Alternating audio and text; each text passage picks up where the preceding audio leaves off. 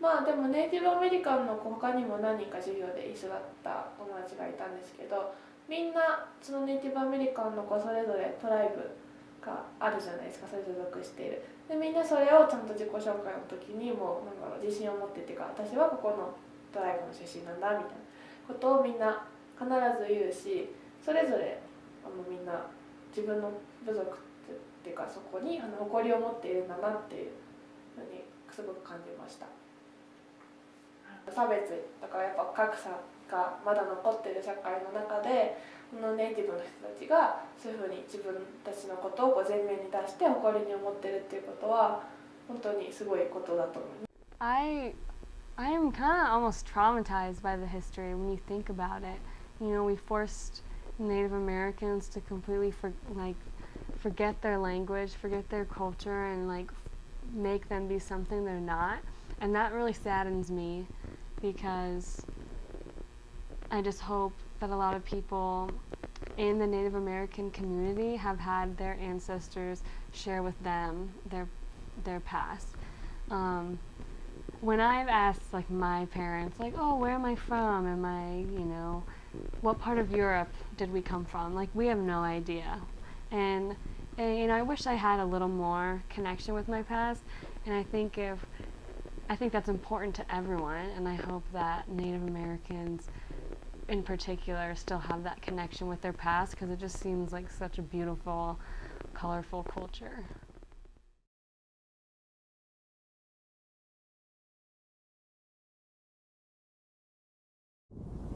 So how should a culture sustain its traditions?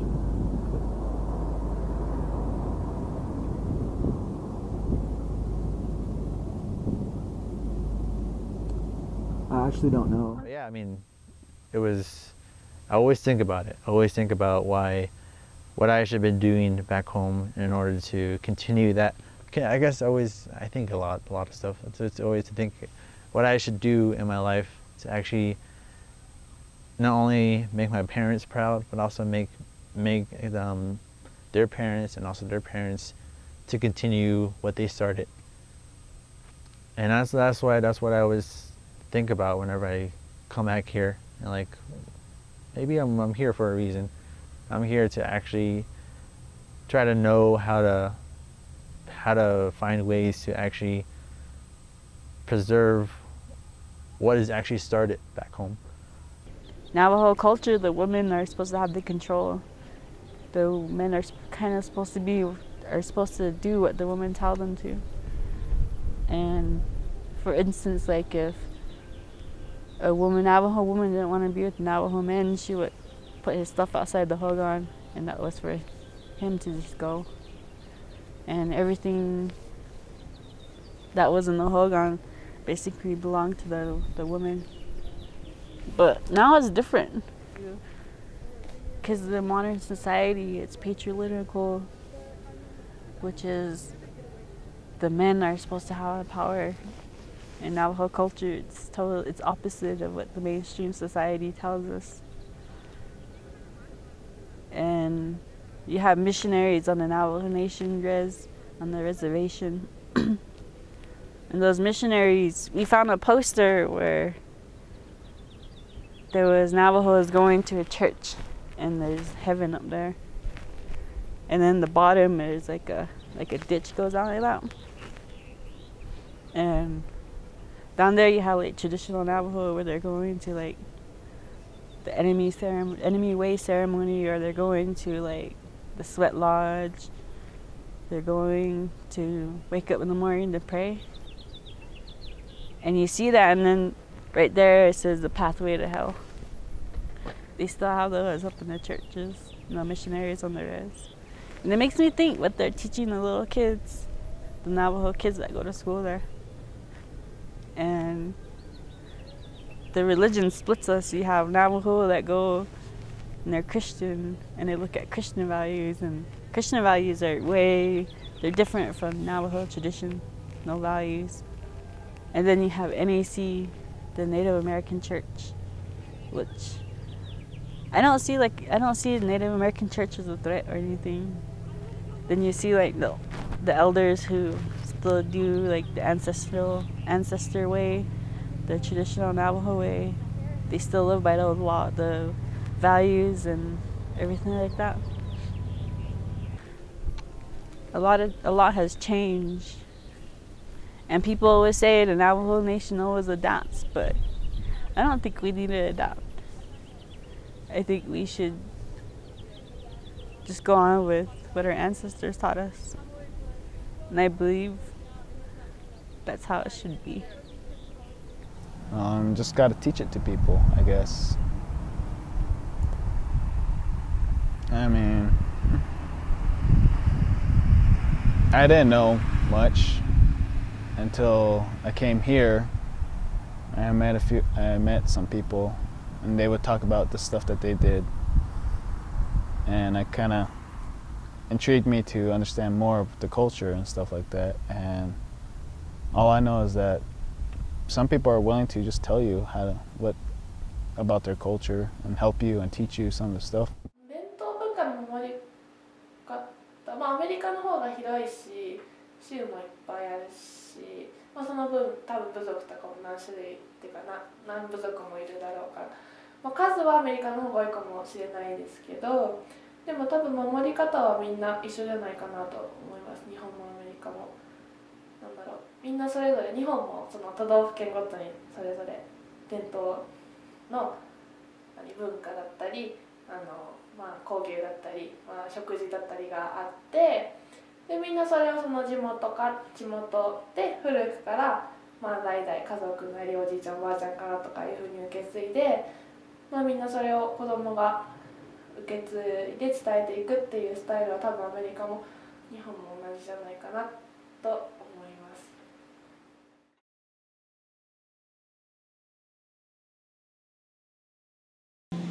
I didn't really learn anything out of textbooks, just because they have a lot of things not in textbooks. And the way my parents do it is that you don't learn from something like that. So I learned a lot of it from my parents mostly. My parents had me a lot later than most parents do, especially these days. So my parents been through a lot before they had me. And even my Nolly has been, my grandma on my dad's side, she taught me a lot. And so that's kind of it, just mostly through my parents and my grandparents. So I have a younger nephew. He's 3 years old. And for him, we took him to the ceremonies that happen every summer. And so then now that he's 3, we bought him a little drum, and he drums and tries to sing along.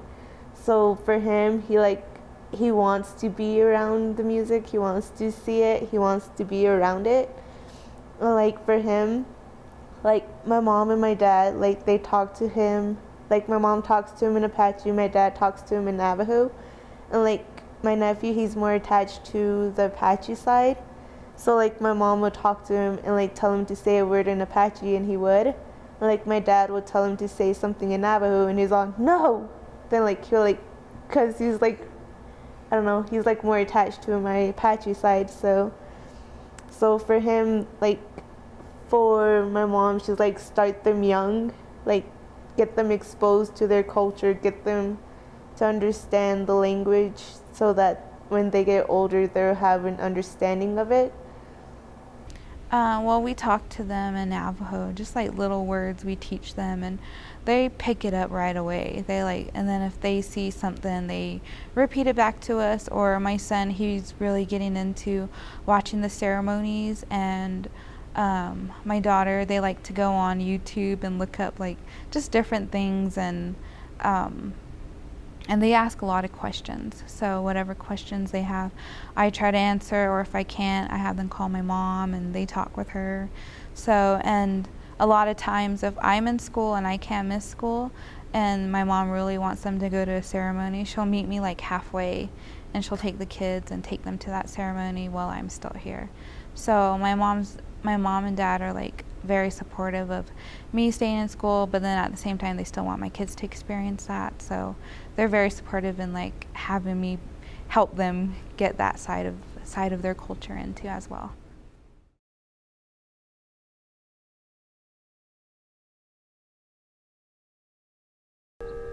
I think I want more of that knowledge.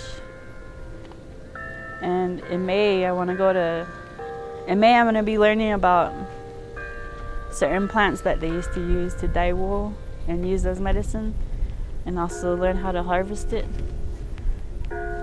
I want to know that. I want to know that because I think in modern medicine, everything's about pills, everything's chemicals, and as Navajo people, we never use that. Everything was natural from the earth, and so repairs and everything. And I think I want to keep going in that route. Maybe ask my great-grandmother some stuff. Maybe she knows more that I don't know, and go to her and ask her.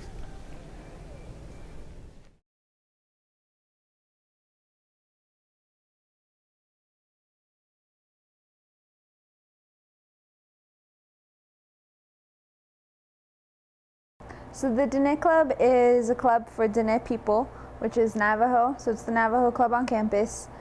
I founded the club last year. I started it because I wanted to learn Navajo, because I never learned it myself. I knew some Navajo before I came to Durango, but then I lost it during the public school system, while attending the public school system, so I saw language as it was such an important part of being a DINÉ person, to know your language, because it connects with so many other things. It connects you to your family, it connects you to the land, it connects you to your foods, your traditions, your culture in general, song, spirituality. It all connects to the language. And for me, the fact that I didn't know the language, I didn't really blame anyone. I was just really sad, and it was like my mother, she doesn't speak the language fluently either, but she still instilled the idea that yes, the language is very important, and yes, you're missing a part, and she was sorry that she couldn't give that to me. And so she really encouraged me to start the club so that I could connect with other Native students and give them a resource to not only learn the language if they hadn't had any exposure to it before, to relearn the language if they had lost it like I had, or to maintain the language if they knew the language, to be able to talk with other students who knew the language so that they didn't lose it while they were here.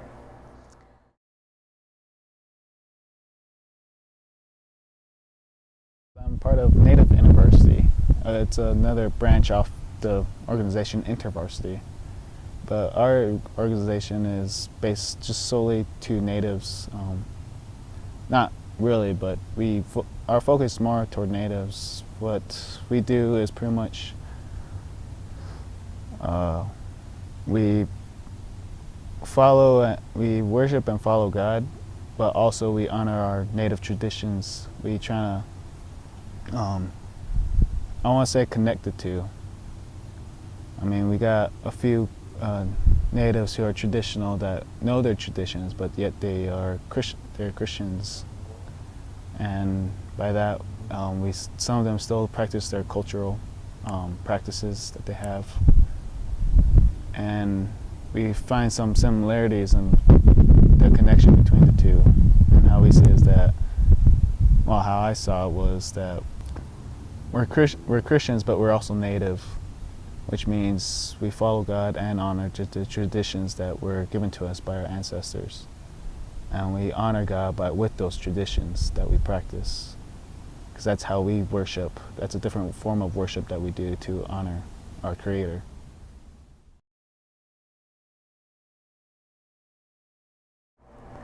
The first year the DINÉ Club started, it was pretty rough because it was only me and I only have so much information that I can provide to people. I really encourage students to use the Rosetta Stone, which is the language learning software that the school has for free for all students. And that was the one thing that I just encourage people to do, because I used the program myself to learn the language. And I encouraged all of our members, I was like, you all in some way have something to contribute, because you're a DINÉ person now today. Like, your experiences create the collective of what DINÉ people are now.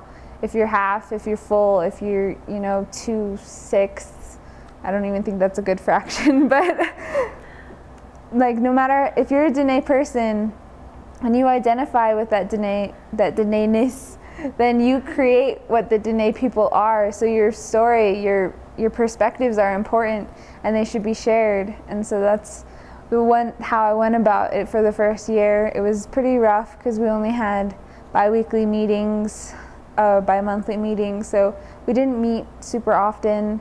But this year, because of like my members, which I'm really, really glad that we got more members, we've been able to do a lot more cultural things because we have one of our students, Kevin Belen, he is very knowledgeable, so we, I don't want to say exploit, but he's very willing in sharing his knowledge with us, so that is a big help, especially with students who know the language, who know the culture, and who want to share it and who want to contribute. We have what we call the gathering. In other words, we get all our members and gather them all together on a certain day, and all we do is just pray and worship. We have a big native drum that we sing with, and then we just, again, just pray and worship for a certain amount of time. And then the leaders of the group have discipleship with our head leader. Discipleship, in other words, we have like certain Bible studies that we have, and then we do that in native style, of course. We do it in a circle and stuff, and just talk and things like that. And then at the end of the week, we always host family dinners where we just gather anyone who wants to join us to just come and eat a home-cooked meal that anyone can make. And we share it with everybody who comes, and we just chit-chat, play games, watch movies, who knows what else we do. Yeah, non-natives, we actually have quite a few people who come and join us who are non-natives, of course. I mean, our focus is on native people, but that doesn't mean we close the door to everybody else. It just means our doors are open.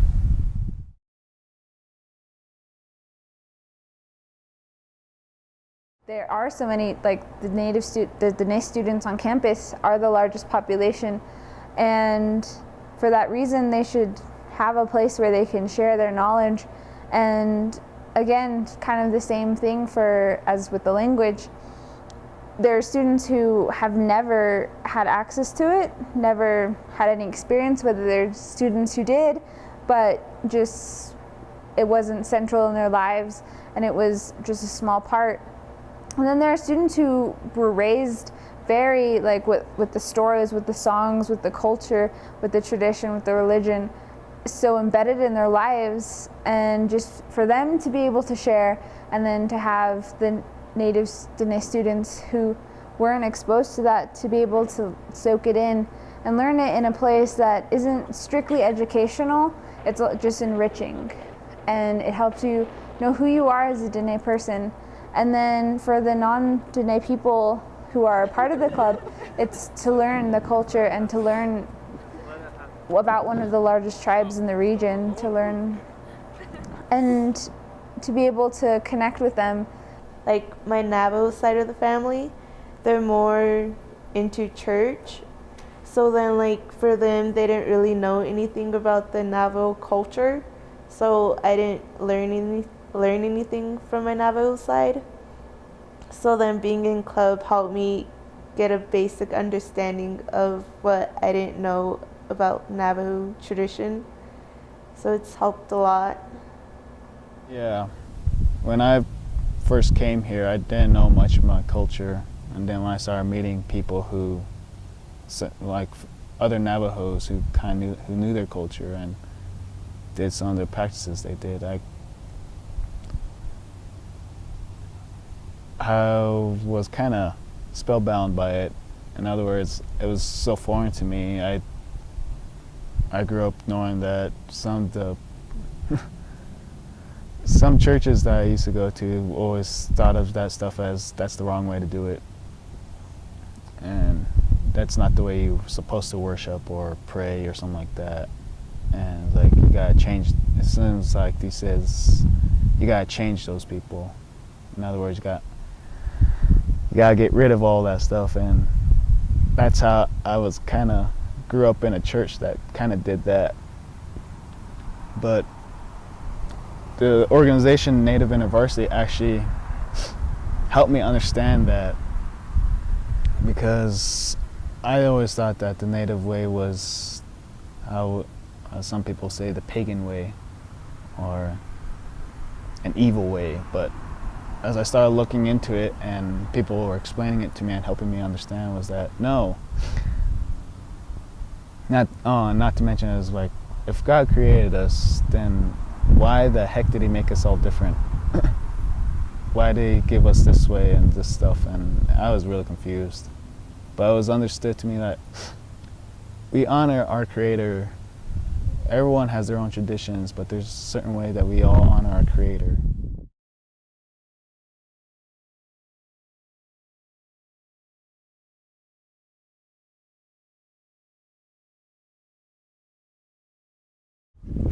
I have not been to any of them, quite honestly.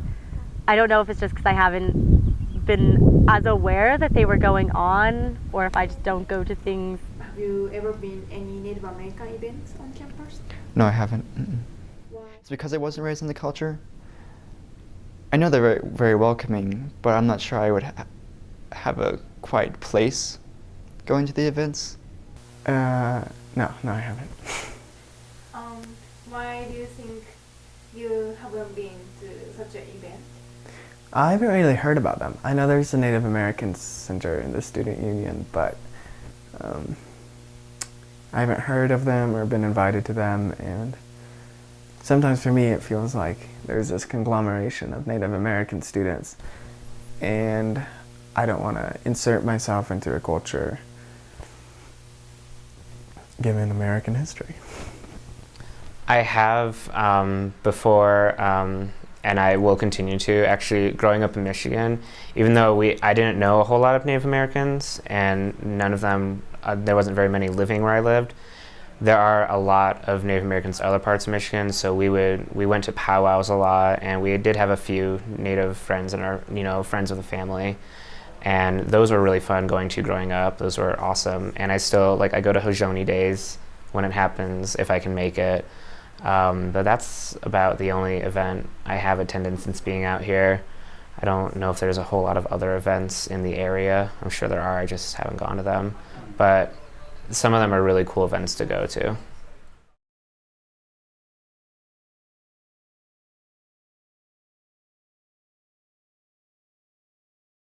They're about this Haudenosaunee contest, okay. which you're participating in the contest, right? Yeah. And what is the Haudenosaunee contest, or who is Miss Haudenosaunee? So every year around this time, around the seasons change, I don't know if they meant to do it this way, but I kind of think it's a good way to do it, because it's when the seasons are changing, it's when winter is melting and spring is coming. And Haudenosaunee, it's a loose term of beauty in Navajo. Technically, the actual term for beauty is Nijoni. So Haudenosaunee is technically a Navajo term, but it's not limited to just Navajo girls on campus.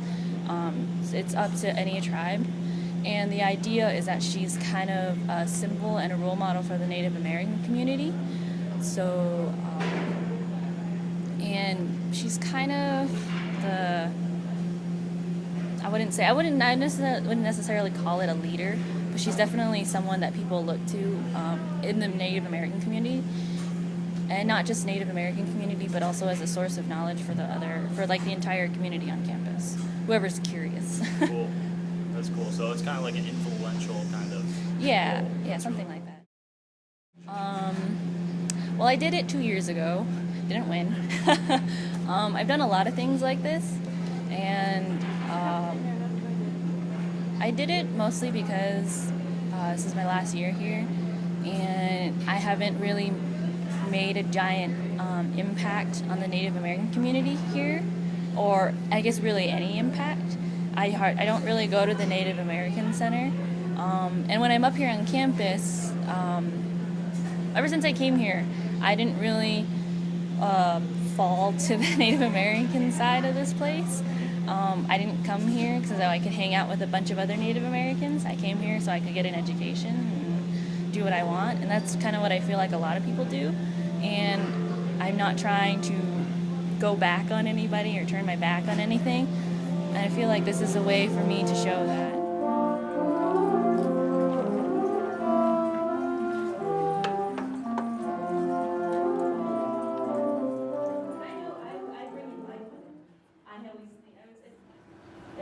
There's a lot of people who forget the idea that nature is food. This is where we get our food.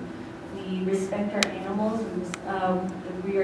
Our animals are transferring their energy into us, and we are transferring our energy back into the earth when we give back what we have taken.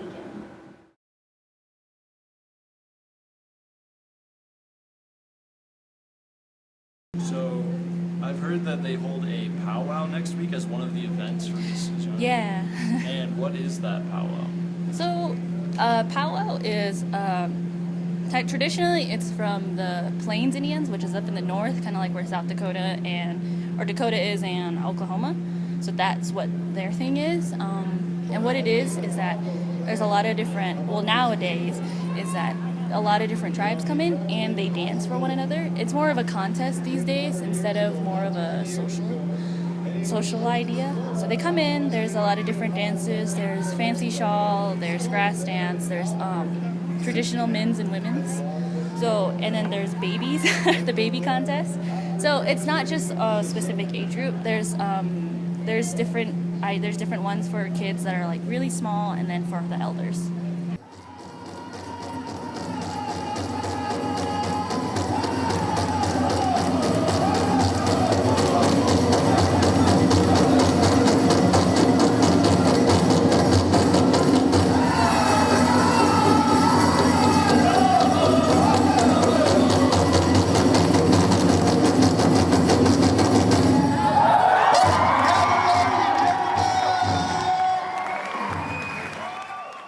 How did I feel when I was dancing? I felt good, and I felt proud to represent where I was coming from.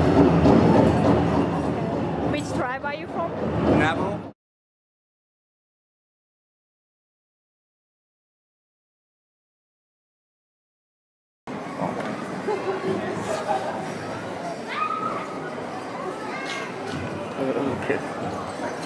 Our first runner-up is Martha McKay.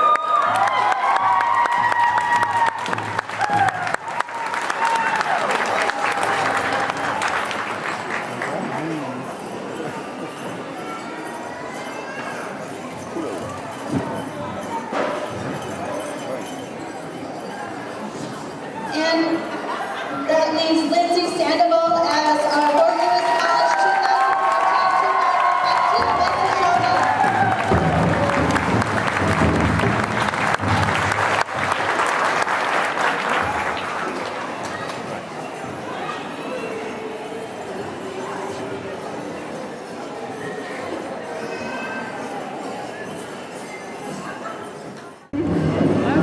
Well, I had a lot of fun doing the pageant this year.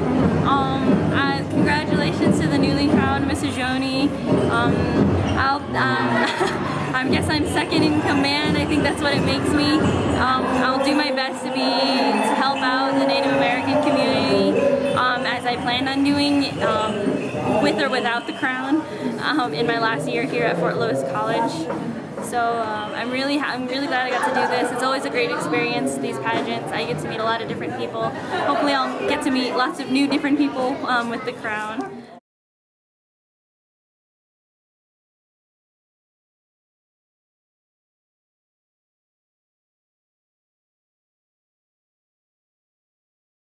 I feel like a lot of times, and even just recently in the past 5 years, I feel like fashion is even pulled into Native American culture.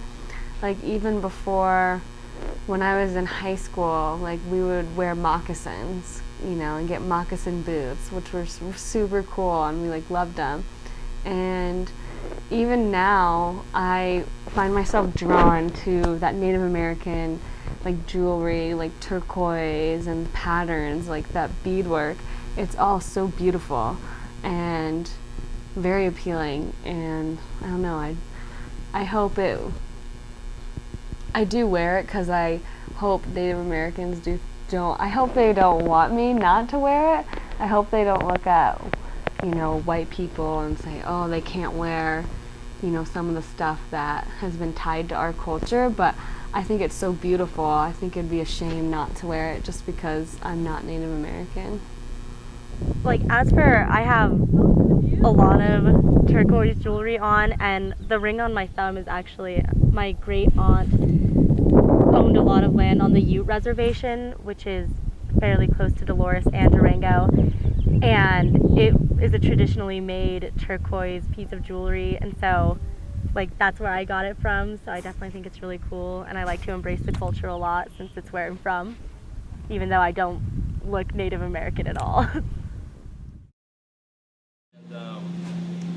In the Mississauga event, you wear traditional costume jewelry, and how do you get that? Where does that costume jewelry come from? A lot of it is usually made. Usually how it works is that you get it from some gifts. Technically, that's a lot of it was given from my grandma on my mother's side and my grandma on my father's side. So my Nali is my grandma on my mother's side, and my grandmother on my mom's side is Shimasane. And they're supposed to be gifts. They're supposed to show that you have a family. That's what they're supposed to show. And the other outfits, there's different outfits for different occasions.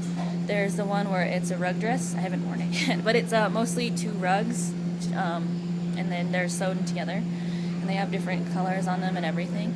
And they're usually supposed to be worn for ceremonies and traditional types of meetings. So, and this one is we're supposed to dress traditional and to show kind of who we are, because it's different for every tribe, and it usually means something different.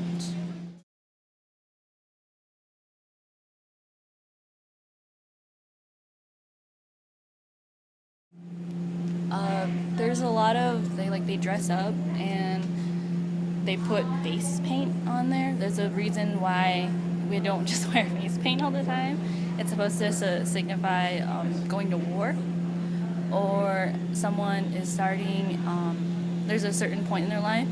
There's a lot of ceremonies for young girls coming of age and people who are sick, and that's what they're supposed to do. It's supposed to protect people and help them go further in life. And when people do that, it's kind of making fun of it, kind of. Like, for example, you wouldn't wear a little tube around there to make fun of people with cancer. And that's kind of an exaggeration, but you can see where there's some Native clothes out there that, you know, Natives would wear, but, you know, when non-Natives wear that and disrespect it, that's when you get that conflict of Natives who want to punch you in the face, you know. But jewelry, I think everybody wears it, has it, it's sellable, everybody wears it, but, you know, I don't think that's like a bad thing. But then wearing Native American traditional stuff, like non-Natives wearing it, like you get the sense of, why are you wearing that? That's not your culture, you know, it's our culture, you know. And you get this anger in you, like, why are they wearing it? They shouldn't be wearing it. They should take it off. That's not how you wear it. You know, you got all these things going through your head about non-Natives wearing Native clothing, and I think that's like a conflict issue with Natives and non-Natives today. People, I guess, kind of dressing up like us, or trying to dress up like us, I find that kind of uncomfortable. because it's just, I don't know, it just doesn't feel right. It seems like they're more mocking us than actually like representing us, which is, I don't really like. Another one was, one time at my high school, these guys brought in a drum and they started like chanting and stuff like that, and I found that kind of insulting because it was almost again like they were mocking us again, and I felt very uncomfortable with that.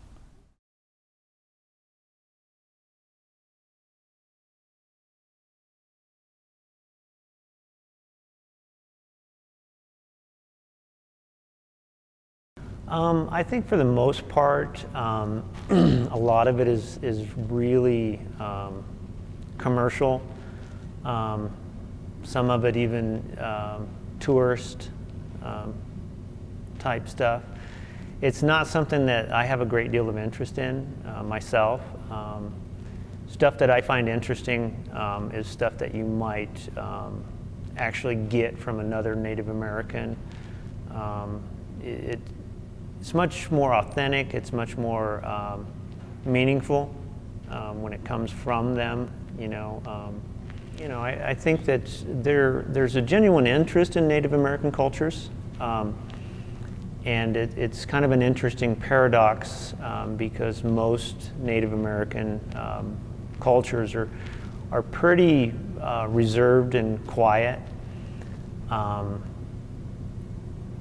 So they're willing to share if the interest is genuine, but with a lot of people coming in and tourists and stuff, there are places that take advantage of that interest in Native American culture just for commercial purposes. So if somebody's really interested, and they definitely can find a Native American that's willing to educate and teach them and stuff like that. But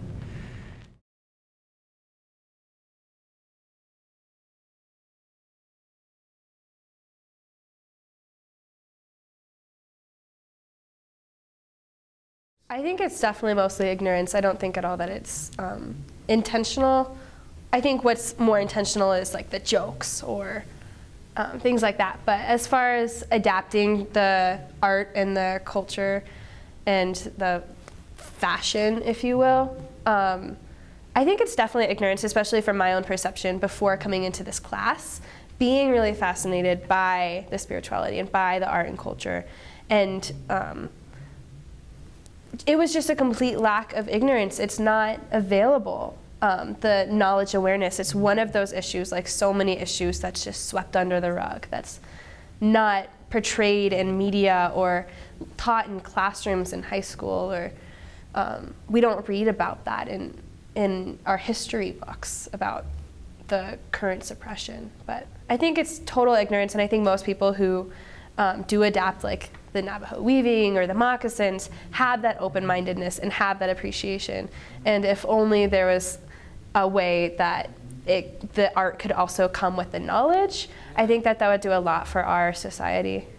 And can I say one more thing? Yeah, I'll go for it, absolutely. My sister has gotten really into bead weaving, and she's amazing at it, and has a really deep, profound appreciation for indigenous way of life and spirituality.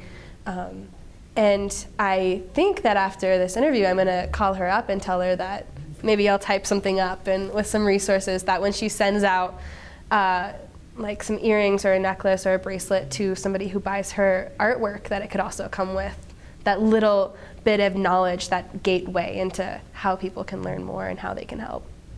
I think right now, especially our society and the whole world is just in this upheaval where we're in a time of change, and I don't think that anybody can deny that right now there's a lot of uncertainty and a lot of questions and a lot of turmoil throughout the world. And I really do believe that a lot of people feel this inner something, this inner calling, beckoning for something deeper, to get back to below the surface level of the money or the external expression of ourselves, to something deeper that Native communities have always, the indigenous way of life has always embraced that connection with the earth, the connection with one another, the ability to understand that we are all one and that we're all interconnected. And whether or not, I think a lot of people are already have chosen to be on that quest to explore that, that calling for the deeper richness in life and that deeper connection with oneself and the world and the community. And I think a lot of people, it's still subconscious.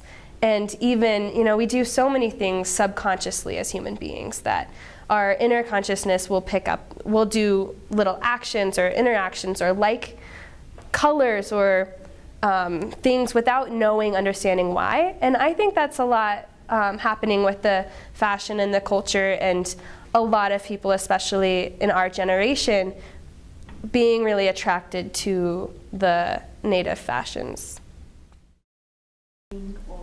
Oh, I have. I should have worn it today, shouldn't I? I have a lot of turquoise jewelry, which I especially enjoy. Yes, and I have Native American earrings. I even have the Southern Ute have given me their tribal necklace, which I wear with great pride. I have, well, I did wear something today. It's not my necklace, but my bracelet, which is turquoise and sterling silver, and it was made by Ben Nighthorse Campbell. And Ben Nighthorse Campbell is Northern Cheyenne. He was our second Native American U.S. Senator ever. And he served first in the House of Representatives as a congressman, then he went to the Senate and served as a senator. When he started in Congress in 1986, he began the push for the National Museum of the American Indian. And in 2006, 20 years later, that became instituted by Congress. And Ben Nighthorse Campbell was a major force in bringing that about. Ben is also a jeweler, and I have two beautiful pendants. I have an eagle pendant and a horse pendant from Ben, and I'm not wearing either of them today. But the bracelet too is from Ben, and I have earrings. And I have other pieces that I've bought, some of them from the Pueblos when I've been down. So I love Native American jewelry. I like it both because it's very beautiful and because it's symbolic. It speaks to the whole, it's symbolic of the roots of the Native American people, of their talent and ability, and I wear it to show a solidarity with Native Americans.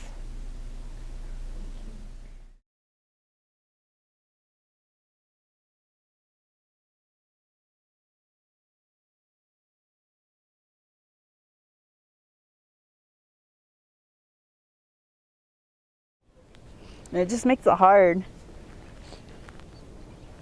It just makes it harder for the younger people because they want to know their language, they want to know their culture and their traditions, but a lot of it is getting lost. They might not ask people that they might not want to, they might not want, how am I trying to say, they might not say it, but they do want to learn it. And I see it in my little cousin when she's talking to my grandma.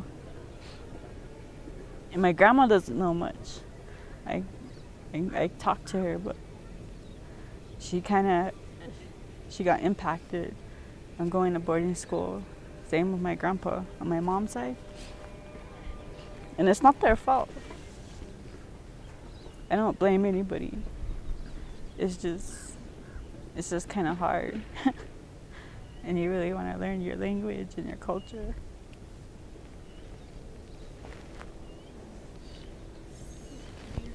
At the boarding school, they used to tell us if you spoke Navajo, you would get soap in your mouth. And they tell you to speak English, not to speak Navajo.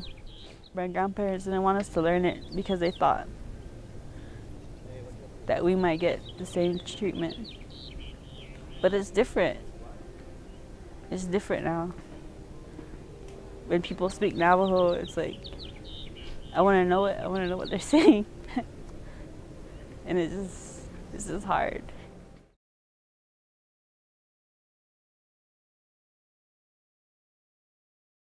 I think when I was growing up, I used to speak Navajo, but I think when I went to schools, especially when I went to preschool, most of the teachers were speaking English to me, and when they were speaking English to me, I would definitely learn from them, but also my parents didn't like it because I was speaking English and trying to learn about Navajo, and when I was that was when I was small, where I was mostly speaking English when I was growing up, but also I would definitely learn my language, and also just to speak it every often whenever I go back home. I think that's one thing I see here that sometimes I miss a lot. To speak the language a lot back home, and over here sometimes I don't really speak it that much because I don't know. I don't really know, because sometimes I would definitely feel that I can't speak it, and I can speak it, but my parents will always like help me whenever I speak it, or like I would definitely speak something they don't understand. Like, you're supposed to speak in this way. It's like, okay, supposed to speak in this way. So yeah, I mean, definitely getting help from that too growing up. But right now, I would definitely speak it. I would definitely try to speak it other places or wherever I go. So, but also I just want to learn more, and be able to. I understand it, like when someone like speaks to me, and sometimes I would learn from writing it too, and just pronounce it, and just to have that value of my language to continue, and for me to preserve it, and I think it's a wonderful gift to actually hold it too. So. I wasn't raised on a Navajo language. I mean, I was raised on some Navajo, but I didn't really get taught that at a young age. But since my mom was a single parent, she worked all the time, and me and my brother were basically on our own, doing our own stuff and busy with school and sports, and so we kind of lost track of, my mom teaching us the Navajo language. So I still have my great-grandfather who only speaks Navajo, so how am I going to communicate with him if I don't know the language? But over the years, I've learned to understand it. I speak just like a couple words that I know, but I can introduce myself to my grandfather and say hello to him and say I'm my mom's daughter and I'm your great-granddaughter. I can, like when he asks me questions about my grandmother, like I can say where she's at in Navajo, but I can't have a full conversation with him because I don't speak it fluently. I mean, I can understand him, but I can't talk back to him, which is difficult because you want to say something, but you can't, It's like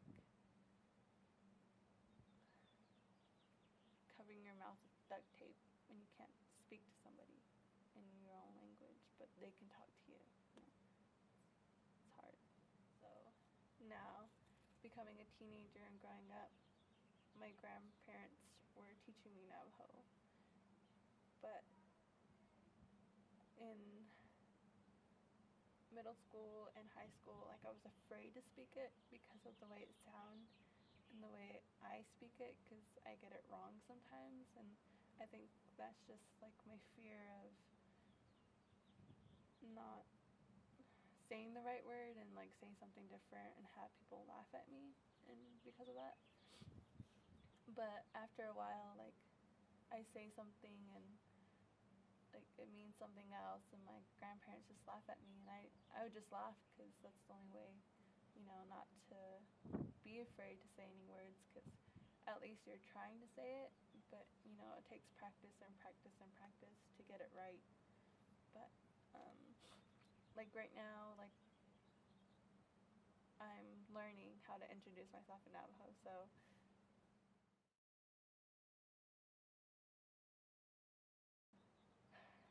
Yat et Bena She Letitia Slowtaker and She Gozaklane.